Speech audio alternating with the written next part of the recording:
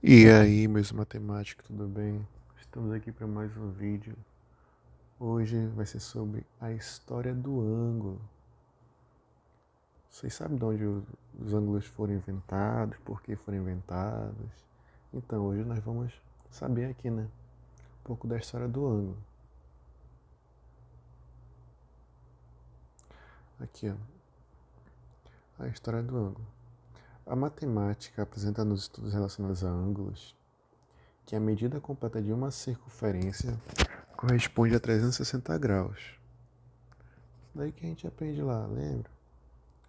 Que um círculo tem 65, uma circunferência tem 360 graus.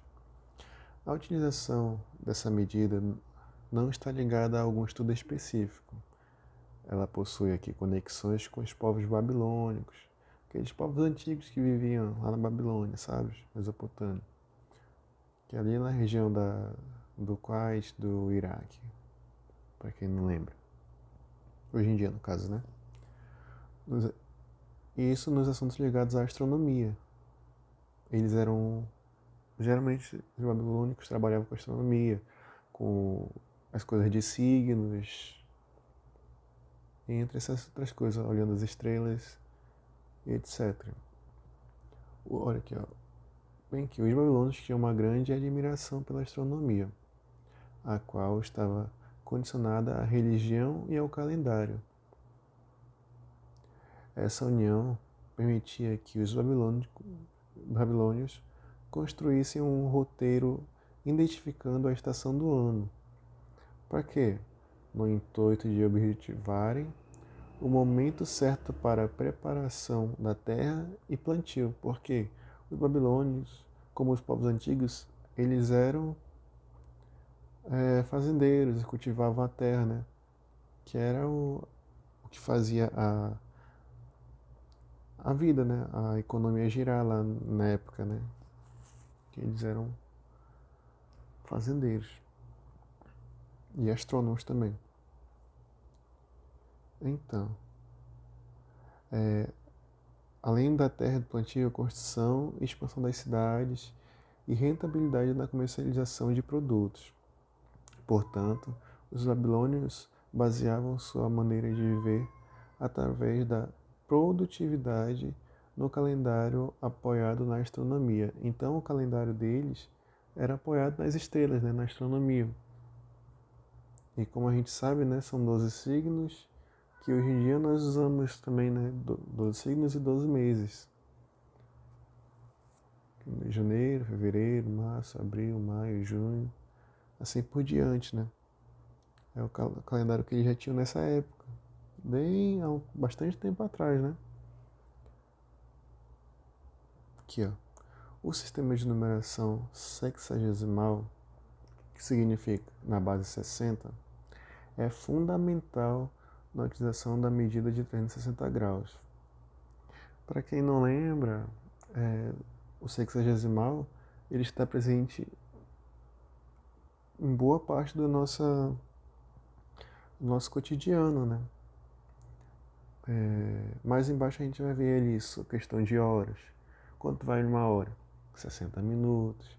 Quanto vale um minuto? 60 segundos. E assim por diante. Então, ali ó. Esse valor indica que a circunferência é dividida em 360 partes. O valor aproximado dos dias de um ano, que são quantos? 365 ou 366, né? Dependendo se é bissexto ou não. Dessa forma, quando dividimos as unidades por 10, que é na base decimal, né, obtemos os décimos. Assim, se dividirmos as unidades por 60, no sistema sexagesimal, formamos os sexagésimos. Aqui, dando sequência, temos que, se queremos encontrar os centésimos da base 10, basta dividir a unidade por 100. Partindo-se desse pressuposto, a possibilidade de dividirmos a circunferência em 360 partes permite a ideia da fração de 1 por 360, ter a relação com a medida do grau. Então isso quer dizer o quê? Que 1 sobre 360 é igual a 1 grau, certo? Então, quantos graus tem uma circunferência? 360.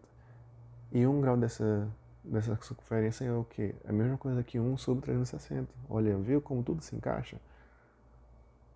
Aqui, ó. Então, matemática é assim, ela vai se encaixando, né? Ela vai tendo essa conexãozinha toda. Assim, desde pequeno, desde quando a gente vai aprendendo do o mais um até as questões do segundo grau e assim por diante. Dessa mesma forma que na base decimal existem os décimos e centésimos, na base sexagesimal podemos ter submúltiplos, como minuto e segundo, como eu falei ainda agora, né? Para isso, basta dividirmos sucessivamente o grau por 60. Isto é, obtendo aqui os minutos e segundos na respectiva ordem. Portanto, devemos relacionar os seguintes valores. 1 grau, como eu falei, 1 grau equivale a quanto? A 60 minutos. 1 minuto equivale a quantos segundos? A 60 segundos. Agora, se eu perguntar, quantos segundos tem 1 hora? O que a gente vai fazer? Se 1 hora, que é 1 grau, tem 60 minutos, e 1 minuto tem 60 segundos, então isso quer dizer que 1 grau vai ser 60 minutos vezes 60 segundos. 6 vezes 6, 36, né? Tem o zero, então acrescento um zero. 2 zeros no caso aí, né? Então vai dar o quê? 3.600 segundos em 1 hora, certo? Essa é mais ou menos a ideia que nós temos do sistema sexagesimal. Aqui, ó. E o que a gente pode ver aqui? O que os babilônios notaram naquela época, né? Essas ideias são noções intuitivas ligadas ao estudo dos povos babilônicos, que por volta ali de 5.000 a.C. já tinham essas ideias, ó. E sendo que não tinha essa tecnologia que a gente tem hoje.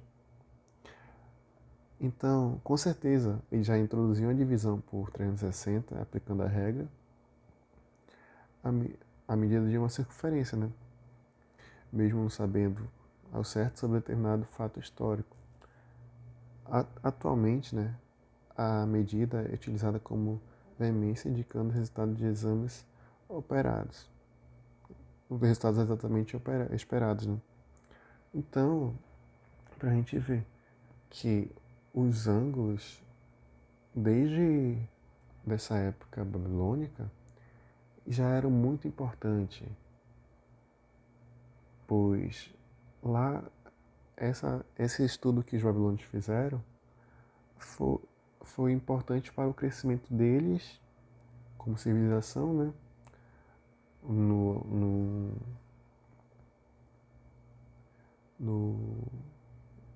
tempo de colheita, né? Porque eles, com a matemática, usando os ângulos, eles puderam saber quando era tempo de colher, de plantar, de construir casas, entre outras construções. E isso tudo foi feito pela astronomia, observando os ângulos.